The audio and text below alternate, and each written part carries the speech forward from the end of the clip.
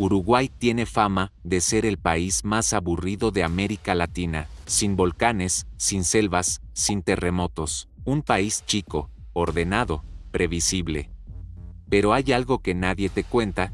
Detrás de esa fachada tranquila hay una mujer emparedada viva dentro de su propia mansión, un museo donde los cuadros caen solos cada vez que mueven el retrato de una mujer que enloqueció encerrada en un altillo.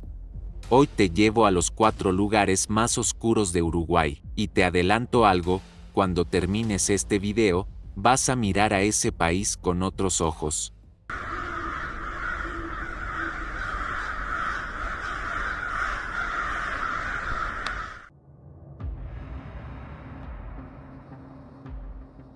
Para llegar a Salto desde Montevideo, tenés que manejar casi 4 horas hacia el noroeste. Es una ciudad de poco más de 100.000 personas sobre el río Uruguay, justo frente a la ciudad argentina de Concordia. Ciudad tranquila, calurosa, conocida principalmente por sus termas y por ser la cuna de algunos de los escritores más importantes del Río de la Plata, y por un hotel. El Gran Hotel Concordia está en la calle Uruguay 749, en el centro de la ciudad. Fue fundado en la década de 1860. Para que tengas una referencia de lo que eso significa, cuando ese hotel abrió sus puertas, Uruguay tenía apenas unas décadas de existencia como nación independiente. El hotel es más viejo que gran parte de la historia moderna del país, y sigue funcionando. En 2005 fue declarado Monumento Histórico Nacional, y lo merece. Cuando entras, es como cruzar un umbral en el tiempo. Muebles de época, techos altos, patios de estilo andaluz, un pequeño teatro dentro del edificio, paredes que acumularon 2 siglos de historias. Y entre todas esas historias, hay una que el hotel no puede sacarse de encima. El 23 de octubre de 1933, Carlos Gardel llegó a Salto. Venía en gira por el interior de Uruguay. Esa noche tenía función en el Cine Teatro Ariel de la ciudad. Según las crónicas de la época, la aclamación del público fue tan estrepitosa que a último momento, ante la multitud que se había formado afuera sin entradas, el propio Gardel ordenó abrir de par en par las puertas del teatro, que entrara todo el que quisiera. Esa noche no cobró completo. Se alojó en la habitación 32 del Hotel Concordia. Los registros del hotel todavía existen. La factura de Gardel, con su apellido escrito, Gardel con doble L por el encargado de turno, detalla los extras que consumió durante su estadía: 5 whiskies, varias aguas minerales y 1,5 botellas de vino. Eso es lo que se puede rastrear documentalmente. Lo que no se puede rastrear es lo que empezó a pasar en esa habitación después de 1935. En junio de 1935, Gardel murió en un accidente aéreo en Medellín, Colombia. Tenía 44 años. El mundo del tango se detuvo. Uruguay lo lloró como si fuera propio, y en algún momento después de esa muerte, algo empezó en la habitación 32. Laura Ratin, una de las encargadas históricas del hotel, fue la primera en hablar públicamente sobre estas experiencias, no como quien quiere armar un cuento, como quien está documentando algo que le pasa a la gente que pasa por ese lugar. El hotel tomó una decisión. La habitación 32 dejó de usarse como habitación de huéspedes y se convirtió en un pequeño museo. La cama tendida, 3 sombreros colgados en un perchero, un baúl de viaje, una vieja Victrola, discos de vinilo, la atmósfera de un hombre que acaba de salir a dar una vuelta y en cualquier momento vuelve. Dicen que a veces vuelve. Ahora, siendo completamente honestos, el Hotel Concordia es el lugar menos perturbador de esta lista. No hay crimen, no hay muerte violenta entre esas paredes. Si quieres un video completo con las experiencias contadas por los huéspedes de este hotel, dímelo en comentarios.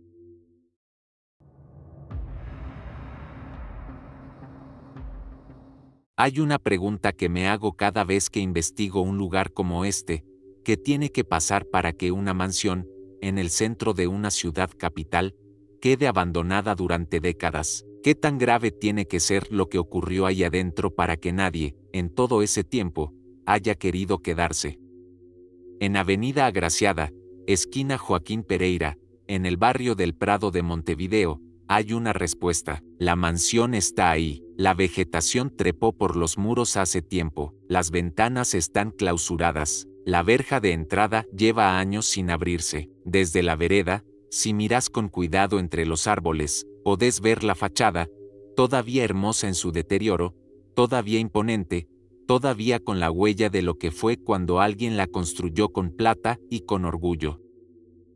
Y sin embargo, nadie vive ahí. Los vecinos del barrio llevan generaciones reportando lo mismo, gritos que salen de la mansión por las noches. No siempre, no todas las noches, pero con suficiente frecuencia como para que la denuncia policial sea una costumbre. La policía va, revisa, no encuentra nada. Los gritos vuelven.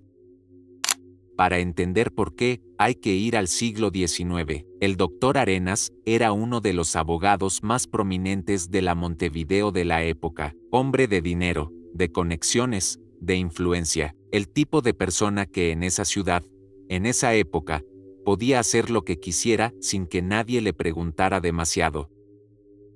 Se casó con Merceditas Aguirre. Merceditas era todo lo que el doctor necesitaba en una esposa para su imagen pública. Joven, 20 años menor que él, hermosa, de buena familia, educada. El matrimonio fue un evento social, y los primeros meses, desde afuera, parecía funcionar. Pero Merceditas era una mujer con vida propia, con pretendientes, con una presencia social que el doctor empezó a interpretar como una amenaza a su reputación. Montevideo era chica, la gente hablaba, y lo que la gente decía sobre su esposa no le gustaba. Un día, Merceditas desapareció.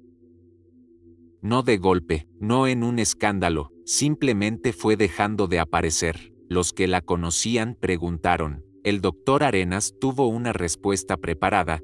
Merceditas había viajado a Europa a completar sus estudios. Una decisión personal, nada que ver. La vida continuaba, y la vida continuó. El doctor siguió frecuentando los mismos círculos, siguió ejerciendo su profesión, la mansión siguió funcionando, los sirvientes siguieron trabajando, todo normal, todo en orden, salvo que Merceditas no había viajado a ningún lado. Con el tiempo, el doctor también desapareció, sin anuncios, sin despedidas. Un día estaba, al día siguiente no. La mansión quedó en manos de los sirvientes, que la mantuvieron por un tiempo hasta que ellos también se fueron. Los sirvientes que hablaron antes de irse dijeron lo mismo. De noche se escuchaban gritos en la casa, ruidos metálicos, sonidos que no tenían explicación. Se fueron porque no podían dormir. La mansión quedó vacía. Pasaron años, otra familia la compró, gente que no sabía nada de la historia, que vio una propiedad con potencial y la adquirió para restaurarla. Al principio los ruidos nocturnos los inquietaron, pero se fueron acostumbrando. Decidieron que eran ruidos de una casa vieja, madera, tuberías, el tiempo. Se convencieron de que tenía explicación.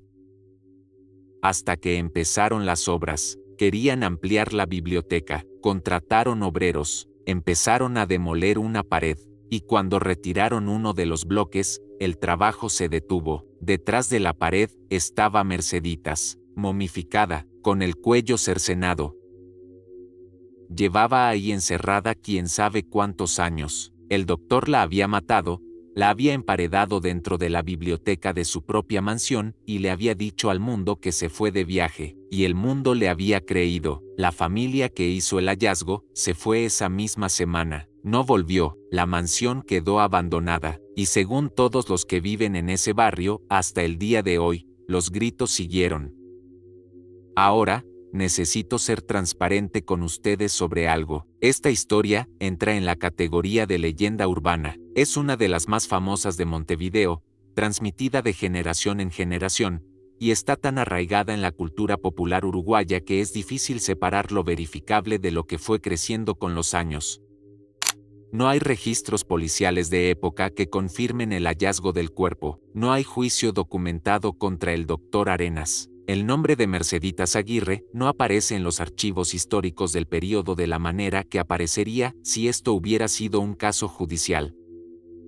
Pero la mansión existe, el abandono existe, los testimonios de vecinos que llevan décadas escuchando lo mismo también existen.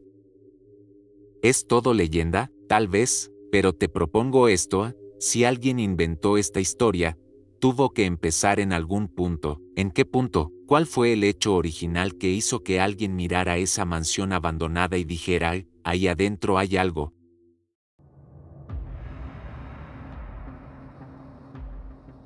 Voy a pedirte que hagas un ejercicio mental antes de arrancar con este lugar. Imagina que tenés una casa, no cualquier casa, una villa de finales del siglo XIX, en un barrio arbolado de la capital, con jardines diseñados por un paisajista francés, ventanas altas, techos con molduras, habitaciones que dan a un patio interior, una propiedad que hoy valdría una fortuna. Ahora imagina que en esa casa, en el último piso, hay un cuarto donde encerraron a alguien, durante años, hasta que murió. Ahora imagina que esa casa se convirtió en un museo, que miles de personas entran y salen todos los días a mirar cuadros, que hay visitas guiadas, exposiciones, escolares en excursión, que la vida cultural de la ciudad pasa por ahí. La cosa que ocurrió en el Altillo simplemente se fue, se disuelve en la normalidad, ¿o hay momentos en que algo se acuerda de que estuvo ahí?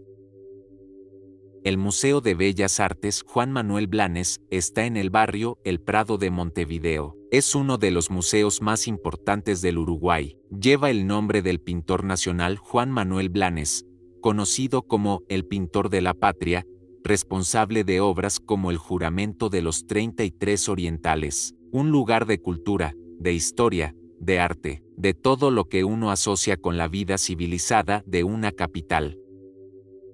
Para entender qué pasó en ese museo, tenemos que entender quién fue Clara García de Zúñiga.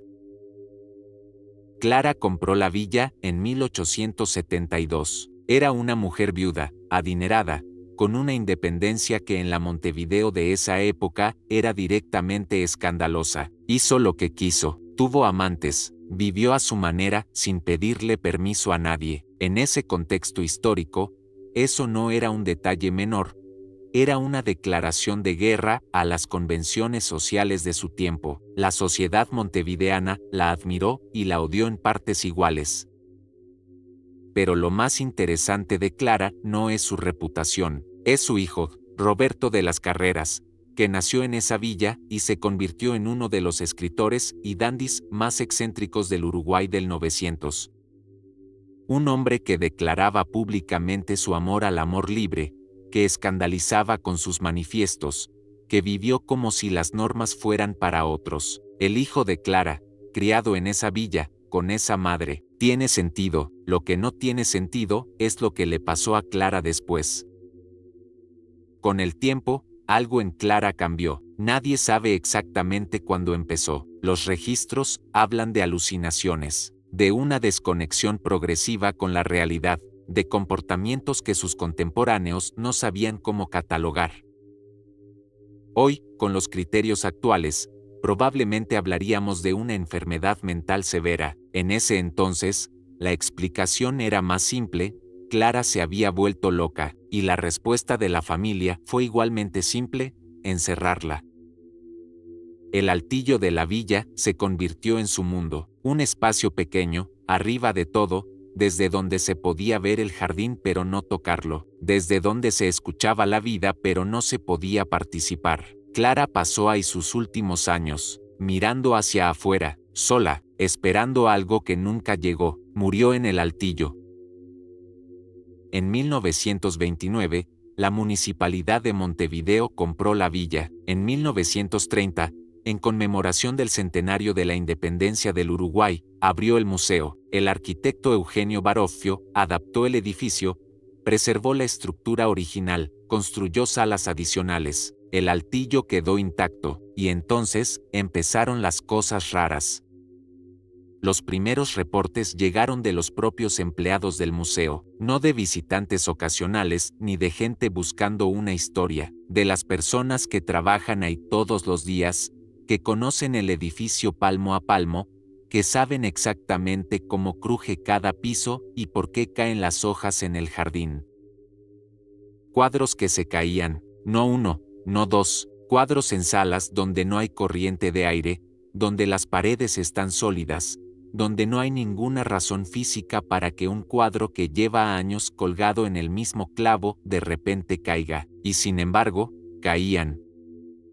Objetos que aparecían en lugares donde nadie los había dejado, puertas que se cerraban solas, pasos en el altillo cuando no había nadie arriba, sonidos de instrumentos musicales en salas donde no había instrumentos. Clara, en vida, era conocida por su amor a la música.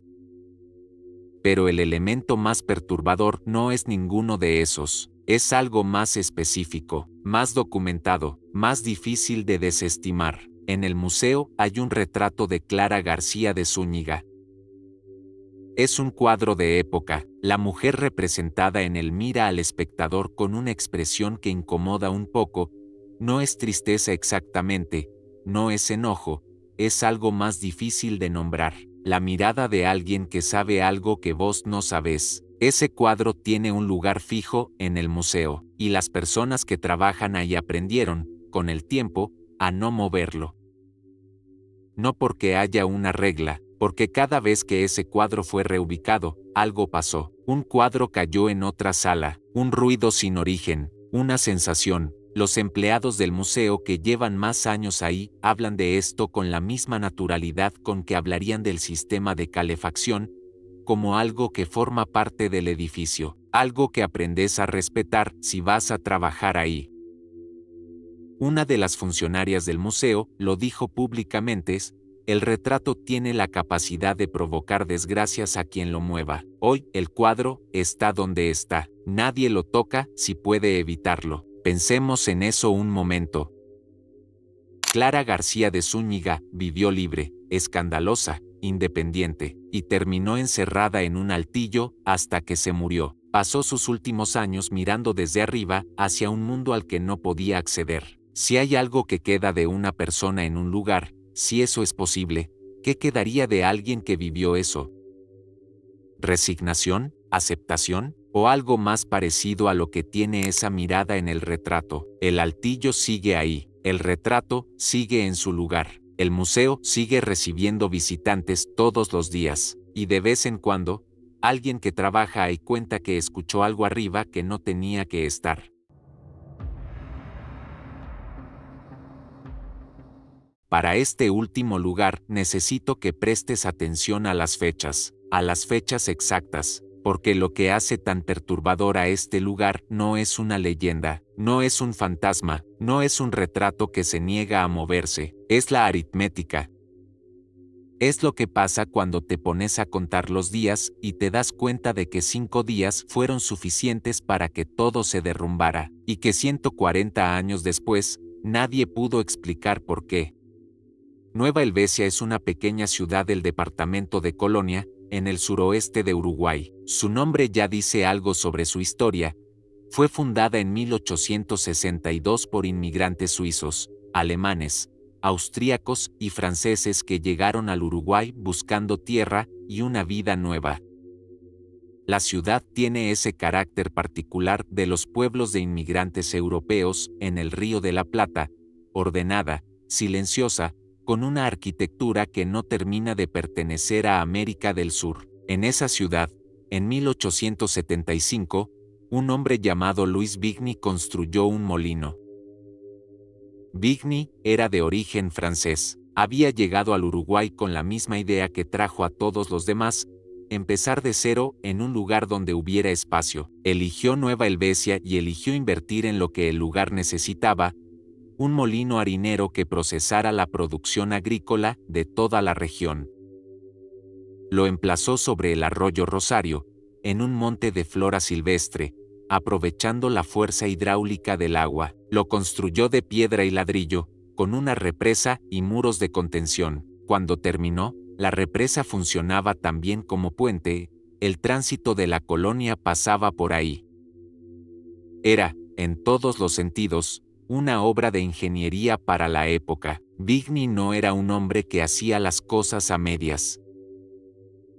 El molino empezó a funcionar en 1876. Durante 5 años, procesó los granos de toda la zona, la colonia suiza, la colonia piamontesa, las estancias del departamento. Era el punto de convergencia de la vida productiva de esa parte del Uruguay. El capataz que lo gestionaba en el día a día se llamaba Nideger, un hombre de confianza, con experiencia, que conocía cada pieza de esa maquinaria. Su esposa, Elisa, vivía con él en la propiedad. Todo eso es el contexto. Ahora vienen las fechas. 7 de marzo de 1881. Amaneció con el molino en llamas. No hubo tormenta esa noche. No hay registro de un rayo, de un accidente con las máquinas, de una vela caída, de nada que explique cómo se inició el fuego. Las investigaciones de la época, si se pueden llamar así, no llegaron a ninguna conclusión. El fuego sencillamente apareció en la madrugada y consumió gran parte de la estructura antes de que alguien pudiera hacer algo. La obra de 5 años de Vigny, reducida a escombros y paredes calcinadas en pocas horas. Eso fue el 7 de marzo, 8 de marzo de 1881. Al día siguiente del incendio, Elisa Nideger, la esposa del capataz, apareció muerta en la presa, ahogada. No había señales de que hubiera entrado al agua voluntariamente. No había ninguna razón conocida para que estuviera en la presa en ese momento. La muerte fue catalogada como un accidente, pero la gente de la zona, la gente que conocía a Elisa, no lo creyó del todo. Una muerte por ahogamiento en la presa del molino, al día siguiente del incendio, sin explicación. Después vinieron el 9, el 10 y el 11, 3 días en los que, si alguien tenía información sobre lo que había pasado, no la compartió. 3 días de silencio después de 2 tragedias en 24 horas. 12 de marzo de 1881, el capataz Nideger se quitó la vida. No dejó una carta, no explicó nada. El hombre que había gestionado el molino durante años, que había vivido ahí con su esposa, que había visto el incendio y había perdido a Elisa 4 días antes, tomó la decisión de que no podía seguir. 5 días, un incendio sin causa, una mujer ahogada, un incendio sin explicación. Eso es lo que pasó en el molino quemado entre el 7 y el 12 de marzo de 1881. Ahora quiero que pienses en las explicaciones posibles, porque es lo que hace cualquier persona razonable cuando escucha esto. La explicación más lógica que circula entre los investigadores informales de esta historia es la pasional, que el Dr. Vigny o alguien cercano a él tenía una relación con Elisa, que el capataz lo descubrió, que el incendio fue el primero de una cadena de eventos que se descontroló, que Elisa no se ahogó sola, que el capataz no pudo vivir con lo que sabía, o con lo que había hecho, o con lo que le habían hecho. Es una explicación que tiene cierta coherencia interna. El problema es que no hay ningún documento, ningún testimonio, ningún registro que la sostenga. Es una reconstrucción posible, no una reconstrucción verificada. Hay otra versión que circula entre los lugareños, más vieja, más difícil de encuadrar en categorías racionales, que el molino tenía algo desde antes del incendio, que quienes trabajaban ahí de noche escuchaban cosas que no correspondían con ninguna máquina ni con ningún animal, que el lugar tenía un umbral, y que alguien lo cruzó esa semana de marzo, y que lo que vino después fue la consecuencia. ¿Qué es más probable? La primera versión, seguramente, pero la primera versión tampoco tiene respuesta. Lo que sí tiene respuesta es lo que quedó. Las ruinas del molino siguen en pie hoy, declaradas Monumento Histórico Nacional, protegidas por el Estado uruguayo precisamente porque lo que queda, esas paredes de piedra calcinada, esa represa, esos muros de contención sobre el arroyo Rosario vale como testimonio de lo que fue el desarrollo de la región en el siglo XIX. Las ruinas se pueden visitar. El acceso está restringido porque la estructura es inestable, pero el lugar es público. El camino que lleva hasta las ruinas atraviesa el monte, pasa sobre el arroyo, y de repente aparecen los muros, en silencio, en el medio de la vegetación que fue creciendo alrededor durante 140 años. El arroyo donde murió Elisa corre a pocos metros. En 2017, un equipo documental uruguayo fue a registrar ese lugar. Entrevistaron a los vecinos de Nueva Helvecia, a los más viejos que todavía guardaban versiones de la historia transmitidas de generación en generación. Ninguno tenía una explicación, todos tenían la misma certeza: en esas ruinas pasó algo que el tiempo no borró. ¿Qué fue? No lo sé, nadie lo sabe, y eso, después de 140 años, debería decir algo. Un incendio sin causa en la madrugada, una mujer muerta en la presa al día siguiente, un silencioso 4 días después, y las ruinas todavía ahí, sobre el arroyo Rosario, esperando que alguien finalmente encuentre la respuesta, si es que hay una. Uruguay, el país más tranquilo de América Latina, el país de la razón, de la estabilidad, del escepticismo, el país donde no pasan cosas. Un hotel donde el hombre más querido del tango rioplatense tararea en la oscuridad de la habitación 32 décadas después de su muerte. Una mansión donde una mujer con el cuello cortado estuvo emparedada detrás de una pared de biblioteca mientras el mundo le creía a su marido que estaba de viaje en Europa. Un museo donde el retrato de una mujer que enloqueció encerrada en un altillo tiene el poder de hacer caer cuadros y mover objetos cuando alguien se atreve a tocarlo. Y unas ruinas donde en 5 días de marzo de 1881 murieron 3 personas de 3 maneras distintas sin que ninguna tuviera explicación. Eso es Uruguay, el que nadie te muestra. Antes de irte, necesito que hagas 2 cosas. ¿Qué parte del video te impactó más? Déjame tu opinión en comentarios. Nos vemos en el próximo video. Gracias por ver y hasta la próxima.